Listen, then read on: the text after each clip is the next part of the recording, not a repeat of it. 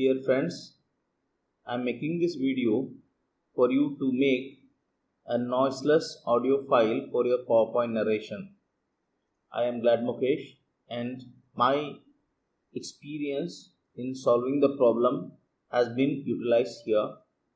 Anyone who has come across such a situation of recording a noiseful narration audio will find it definitely useful. The primary learning objective of this particular video is to create a noiseless audio file for PowerPoint narration. The preamble for this particular topic is that everybody, due to the continuous lockdown of the country and of the colleges and other institutions, educational institutions, were pushed into an unexpected situation wherein the real classrooms have been shifted to virtual classrooms. Less or no experience with softwares and digital tools have made the life of the teachers a misery. Compulsion on one side, an opportunity on the other side to learn e-learning or blended learning is a situation existing. So at this point of time, one of the primary problem that the teachers facing creating a narration for a PowerPoint presentation is addressed here. Every one of us would have been preparing PowerPoints for years together. Now, due to virtual learning environment that is availing due to the lockdown, we are supposed to create or expected to create an e-content of the same presentation with narration. It is expected that these narrations will give the students a feel of the regular class environment. So PowerPoints, in addition, we are going to narrate these slides, and that is what we are going to do. And in the process, we used to come across a problem that these sounds, the narrated sounds, are not clear. The problem here in narrating a PowerPoint is the audio. While inserting an audio file from a location, we will not find a problem. But if we try to record the narration through the audio or record audio button in the PowerPoint, we will come across a situation where whatever the narration that we have done will be there. However, there will be a lot of background noise. So a listener will be disturbed by this noise a lot. And as a teacher, you will not be having a completion in your mind, a job satisfaction in your mind with lot of noises on the background. So issue was, even if you were in a calm environment with lower noise as you could hear or identify, after the recording you will be able to find out that there were a lot of noises on the background, which was more irritating than appeasing. When the noise in the background was an issue, I was working on different softwares that could reduce the noise. And because it was lockdown period and all that internet or online service providers are totally absent from their service, I was not able to buy one noise free or noise cancellation headphone with a microphone. So now I had no choice, but I need to find some solution for the problem that is existing.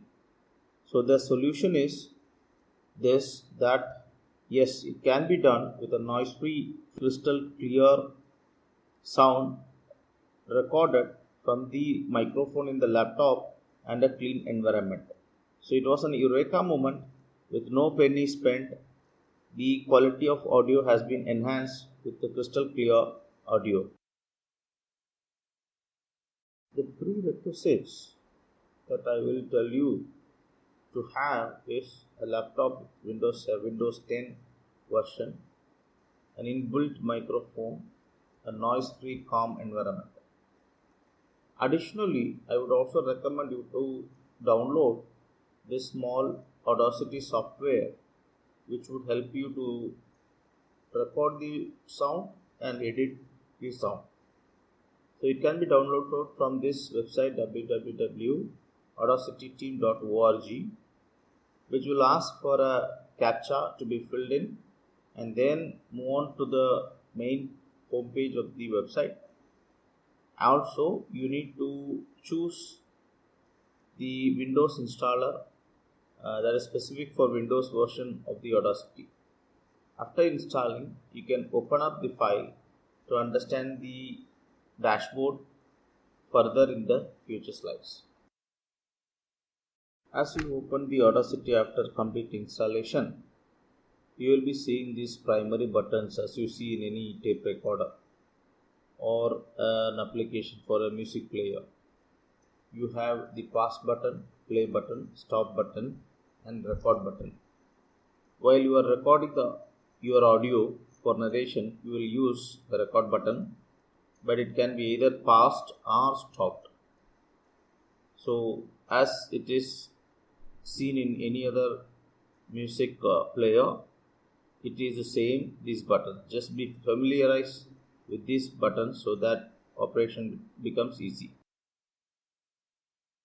Here in this slide, I've been showing some buttons or some graphical records of the audio. On the left hand side, you can see an arrow, upward arrow, which shows that the recording is done in stereo mode. You can see the left and right tracks getting recorded, and also you can see that the records are being recorded in such waveforms. It is very wavy and critical. We shall look at this slide to understand that there is one option on the top in the console, a magnifier option. Look at this area that I have highlighted or selected and earmarked with a double-ended arrow. This region, I believe, has some gap in it, and that gap might be giving us the frequency of the noise. So this part I am going to zoom in the next presentation, and you can understand for zooming into the particular area of noise, I will be using the magnifier tool. This particular slide shows you how the identified noise area can be magnified in such a way or zoomed in such a way to expose the actual frequencies that are causing the noise. So you can understand that the magnifier button there in the console can help you to zoom in further to understand the slight frequency or low frequency noise is available in the recording. As I have told before, identifying the noise frequency is the first step in creating a crystal clear audio file. So these areas wherein you would have given a pause in your talk could be helpful for identifying those noisy frequencies which you can remove or edit as such that the audio file becomes so clear. Once you have identified the region of noise, especially available between the gap in your voice or narration, you can go to the button in the top, the effect. When you click on that effect button, you will get a very long drop down menu, and there will be another button by name noise reduction. Click on that so that the frequency of the noise can be first profiled and then utilized to clear. As a step 2 procedure, when you click the effect button and the noise reduction window appears, you have to collect the profile. Where does this profile come from? The selected area of noise that you have identified earlier, and those frequencies will be profiled as the noise frequency. So this step is very important, and it has to be repeated again and again by identifying the noisy areas in your file and clearing it off. Okay, so noise profiling has to be done as a step 2. Once the noise profiling is done, now go on to select the entire audio file by pressing Ctrl button and A. As we do normally, Ctrl A selects all. You are selecting the entire audio file now in such a way that you are going to utilize the noise profiled as noisy frequency to be deleted from this entire audio file. So this step is very important. In the earlier step, we identified a region in the total audio file as the noisy region, and that frequency was profiled. Now that profiled noisy frequency has to be deleted from the entire audio file such that the entire audio is free of or cleaned from the noisy frequency. So you can see the appearance of the entire file that is projected here, that I have selected the entire file, and you can see that it is appearing in a light gray color or light bluish color, whatever you say, than the unselected part. So here the entire file is selected and it is seen in a different color. So you have to be aware of that. When the file is selected, it will show us a different color, and when it is unselected, it will be gray in color. So once selected, as a step 4, we can apply the noise reduction button by clicking onto the same effect button, noise reduction, and then here OK. So the same button, effect, and then the noise reduction is used twice. In the first case, it is used to profile the noisy frequency, and in the second time, it is used to remove that noisy files in the entire audio file, and thereby making your audio file clean of any noise. Remember, the step 1 to 4 can be repeated any number of times so as to get a crystal clear sound for your PowerPoint narration. As repeated in every slide, the narrators can identify the noisy frequencies in the audio file by following the step 1 to step 4 process, and it is recommended that you identify the noisy frequencies and repeat the procedure or the steps from 1 to 4 to get a crystal clear audio.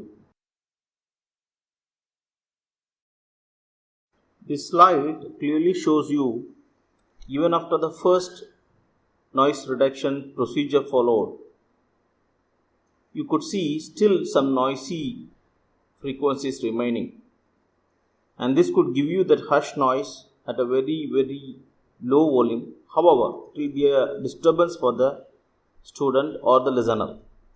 So in order to avoid this, you can even further repeat the procedure to get a very clear line on the noise-free zone in your talk.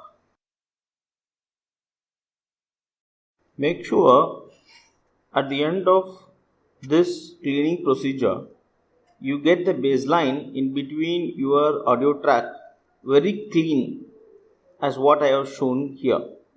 You can zoom in to see that the line will be a straight line, horizontal line, and there won't be any waveforms in it. Until you come to this situation, you have to go on editing the audio profile.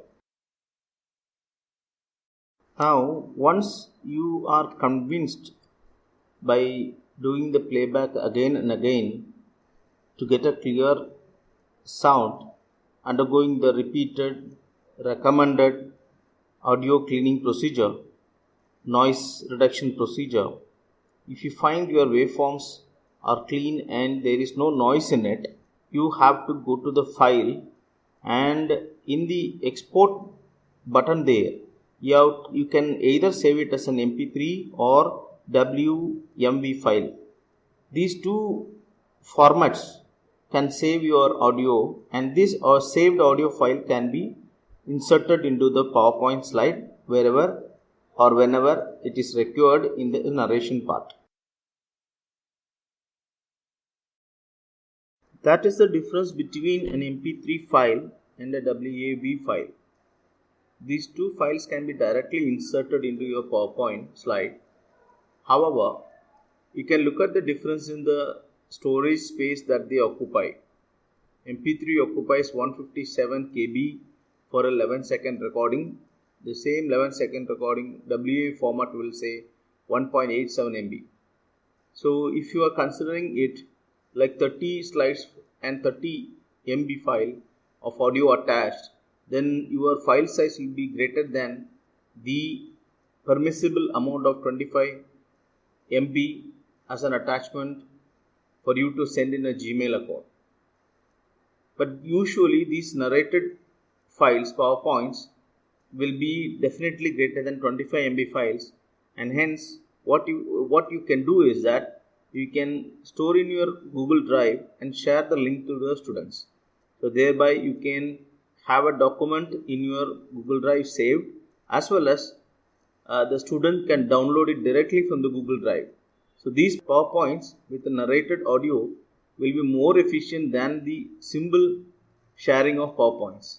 So now with the crystal clear audio recorded, the student can playback it anytime, any number of time, and such that he will be having the teacher's sound narrating the slide, and a better understanding can happen. Certain points I would like to highlight here is that always record your narration with your laptop mic only. You need not invest in a noise cancelling headset, which is very costly. And use Audacity, the simple, easy to use, free software available. And save narrations of every slide one after another in a separate folder at your pace of time. You need not rush up to record everything at a single slot. Each and every slide's narration can be recorded separately and stored separately. And then later on edit using the same Audacity one by one until you get a crystal clear sound. And repeat the steps 1 to 4 given again and again to get a crystal clear sound. Sometimes even after doing this audio editing in Audacity repeatedly, if you come across a situation where there was really a troublesome noise, you can discard the file and re-record afresh. Choose either MP3 or WAV file for adding it to the PowerPoint, because other audio formats are heavy and they are not acceptable as such in PowerPoint 2010. Save your PowerPoint as PowerPoint Show, which plays the slides and the sound automatically.